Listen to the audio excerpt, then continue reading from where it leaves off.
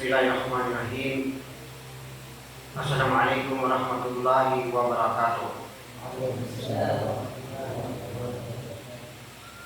Mga kapatid, ginawa tayo ng Allah Subhanahu wa Ta'ala dito sa mundo na mayroong kasama.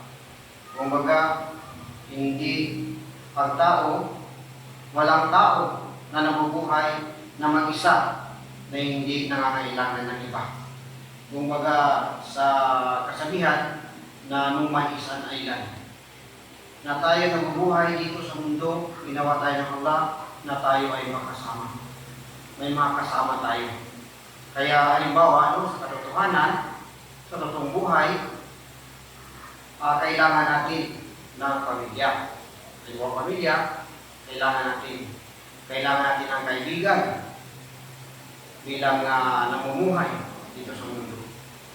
Halimbawa, kinakailangan natin ng mga magsasaka upang sila ay mayroong itatanim at saka mag-aani upang tayo makakain. Ibig sabihin, kaugnay tayo sa bawat isa. Halimbawa, kinakailangan natin ng guro upang magtuturo. Kinakailangan natin ng mga ustads upang magtuturo sa atin upang tayo ay matuto. Nakaugnay pa rin tayo sa bawat isa. Halimbawa, kinakailangan natin ng doktor kung tayo ay magkaroon ng sakit, kinakailangan natin at magkaugnay din tayo bawat isa. Ang aral, pagkakaisa. Mayroon tayong pagkakaisa. Pagtutulungan at pagmamalasakit ang bawat isa sa atin. At ito ang Islam. Parang ito ang Islam. Ang mga mananampalataya ay parang isang katawan. Kapag may isang bahagi na nasasaktan, ang buong katawan ay nakikiramay. Mga kapatid, ngayong Ramadan, pag-usapan natin ang tatlong hadith na tumatalakay sa pakikitungo sa kapwa, pagmamahal sa ibang Muslim, at pagpakumbaba.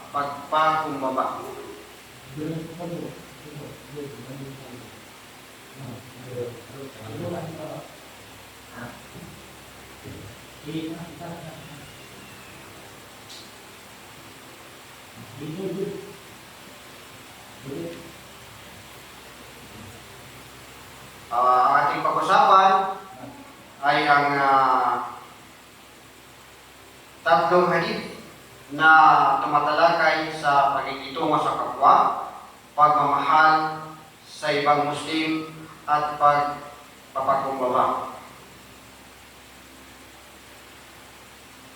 Unang hadith mula kay Abu Hurairah radhiyallahu anhu, sabi ng Rasulullah sallallahu alaihi wasallam, an Abi Hurairah radhiyallahu anhu qala Rasulullah sallallahu alaihi wasallam, man kana yu'minu billahi wal yawmil akhir falyukrim jarahu. Rawahul Bukhari wa Muslim. Sino man ang sumasampalataya sa Allah at sa huling araw, pakikitunguhan niya ang nang mabuti ang kanyang mga kapitbahay. Mga kapatid, ang mabuting kapitbahay ay bahagi ng pananampalataya. Sabi ni Hasan al-Basri, rahimahullah, kapag mabuti ang kapitbahay, mas ligtas, mas maayos ang pamayanan. Sabi ni Ibn Taymiyyah, rahimahullah, ang simpleng kabutihan sa kapitbahay, ngiti, pagbati, tulong, at may malaking gantimpala sa Allah. Maging mabuting kapitbahay araw-araw kahit sa maliit na paraan.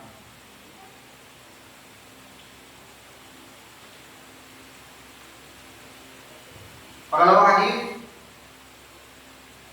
mula kay Anas bin Malik radhiyallahu anhu, Sabi ng Rasulullah sallallahu alaihi wasallam, Anas bin Malik radhiyallahu anhu qala qala Rasulullah sallallahu alaihi wasallam, la yu'minu ahadukum hatta yuhibba li akhihi ma yuhibbu li nafsihi.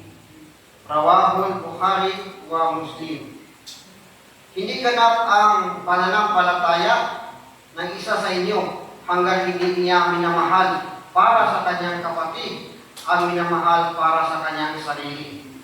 Mga kapatid, masaya tayo para sa tagumpay ng ibang Muslim. Nagiging buo ang ating pananampalataya. Sabi ni Hasan al-Basri, rahimahullah, ang pagmamahal sa kapwa ay sinukat sa kung paano sila nais pakitunguhan. Sabi ni Ibn Taymiyyah, rahimahullah, ang tunay na mananampalataya ay hindi lang sa sarili, kundi sa kabutihan para sa lahat. Kumbaga, kung ano ang gusto ng iyong kapwa ay iyong suportahan.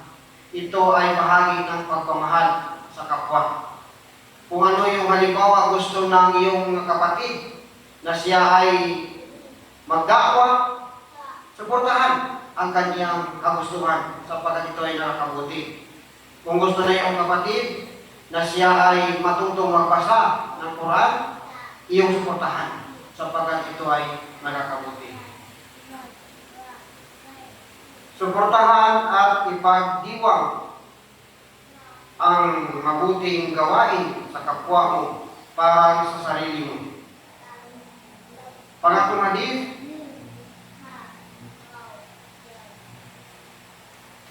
sabi ng Rasulullah sallallahu alaihi wasallam, man tawada'al lillahi rafa'atullah. Rawahul Muslim.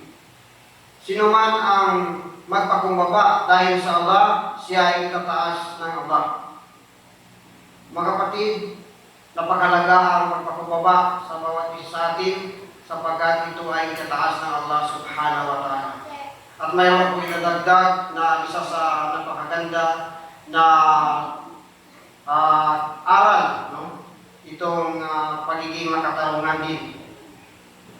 Kailangan ang sabar sa pagpakumbaba. Kailangan yung mayroon tayong pagsabar o pagtitiis. Kaya mayroon isang hadith na aking idadagdag na siyempre yung isang tao na lalo pa pag tayo ay nasa mataas, no, na bahagi ng ating komunidad, ng ating mga kasamahan, mga kapatid, malaga sa atin ang pagiging makatarungan. Katulad ito sa tayo ay ipapataas ng Allah subhanahu wa ta'ala sapagkat mayroong hadith ang Propeta Muhammad sallallahu alaihi wasallam. Ito ay yung magiging makatarungan, itong adil. Sabi dito, innal muqsitina indallaha ala manabira minur. Katotohanan ang mga makatarungan ay nasa mga pulpito o entablado ng liwanag sa tabi ng Allah. Ito mga kapatid, napakalaga ang pagpakumbaba, lalo na pag tayo ay nasa mataas na antas ng ating mga kapatiran. Sapagkat sabi ng Propeta Muhammad sallallahu alaihi wasallam na ang mga taong makatarungan ay katabi ng Allah subhanahu wa ta'ala sa kanyang tabi. At hanggang dito na lang. Assalamualaikum warahmatullahi wabarakatuh.